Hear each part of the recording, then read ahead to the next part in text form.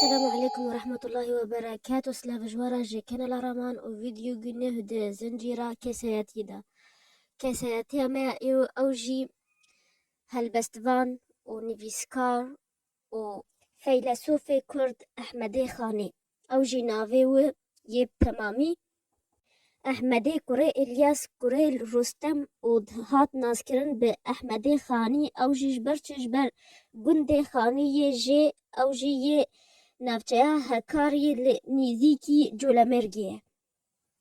Di sala 1605 yê piştî zayînê biya li hekarî wego me gotî, piştî wê yekê çû navçeya Dûkbayezîd li Widê bî mamosteyê zimanê Kurdî. Ew jî 4 ziman dizanîn, ji xwe zimanê Kurdî zimanê wî yê dayîkê wê û Erebî û Tirkî û Farsî jî dizanî.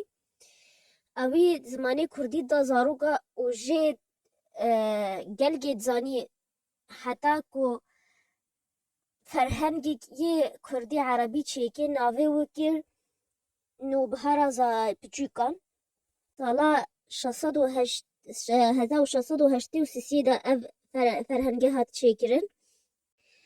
Ew demê Ehmedê Xanî lê tê de dijiya ango 1605 heta heftiyê gelek şer ser erdê Kurdistanê hewî navbera İmparatoriya Osmanî û İmparatoriya Farsî da. Ji ber wê yekê ev tişte bandorek ser wê kir ku batkê bi serfiraziya Kurda û Kurd xwe dikin yek ji ber ku her navçeyekî Kurda mîrik sewî û île nebeqa wa da şer û arîşe hewî. Vêca ew got no divê em devê ji va şera û va arîşa berdan û xwe kin yekî ji ber em jî pîçek heq û mafê xwe bistînin wego hemî welatan wego hemî gelên li ser vê erdê dijîn. û standina mafa jî nawe ji bilê pê xwendinê û pêşketinê. Ji ber ku eger em xwe neguherînin tu ca rewşa me naguhere wego Xwedê Teala gotî di Qur'ana pîroz de أعوذ بالله من الشيطان الرجيم بسم الله الرحمن الرحيم إن الله لا يغير ما بقوم حتى يغيروا ما بأنفسهم.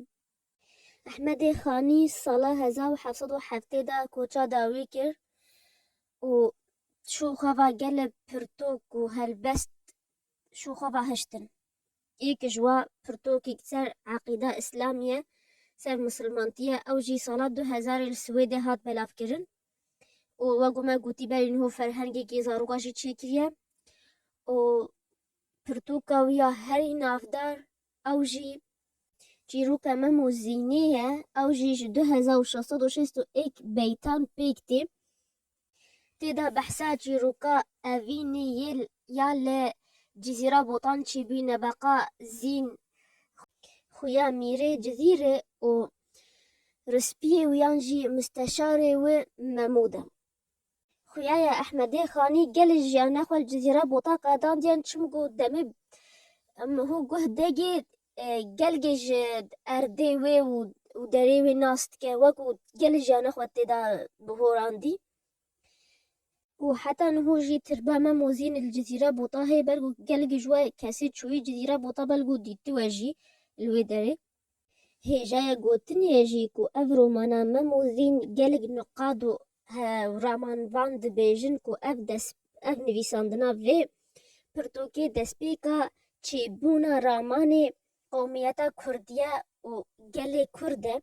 Ji ber Ehmedê Xanê wego me gotî di rewşeke gelgê xirab ya Kurdistanê de dijiya. Vêca ew û tê de ne bes behsa vê çîroka hejekiyê dike, tê de niho demê û vê pirtokê dixwînim û gelgê ji rewşa siyasî û ya aborî ya wê heyamî dizane.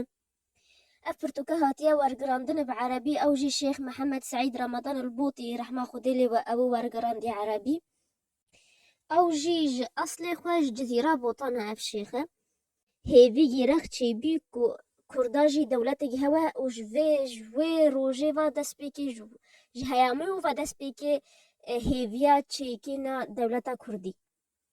Rastî destpêkê min diviya ez vê navê behsa Ehmedê Xanî û pirtoka wê ya me û Zîn dike di zincîra نویسکار بری پرتوکی لی مگو بلگو هنگا نخواند و بفی بخوینه ویجا مناوی از خوشیا خواندن کس خیا کش بلکو از بحثی که چه چیرو که دا چه دبه از وسا چه دبه دیته جاوا کس لی نای بخوینه ویجا لما من خواندناوی هشتج گهدارا را و من بحثا احمد خانه که وی ویدیوی دا و جیانا احمد خانه نویسکارا کرد ناوی و جان دوست سر پرتوکک نویسیا ناوی و میرنامه کسی بوی گلتر آگاهی سر احمد خانه بزند که وگر وی پرتوکی جی و اگر و بوی از ویدیو گیب تایبت سر چیروکا ما موزین چکن که اجمرات کومنت ادا بنویسه و جمر بیجن که ود وی از و ویدیو بیده بحثات چی بگم ویدیو سر چی چکم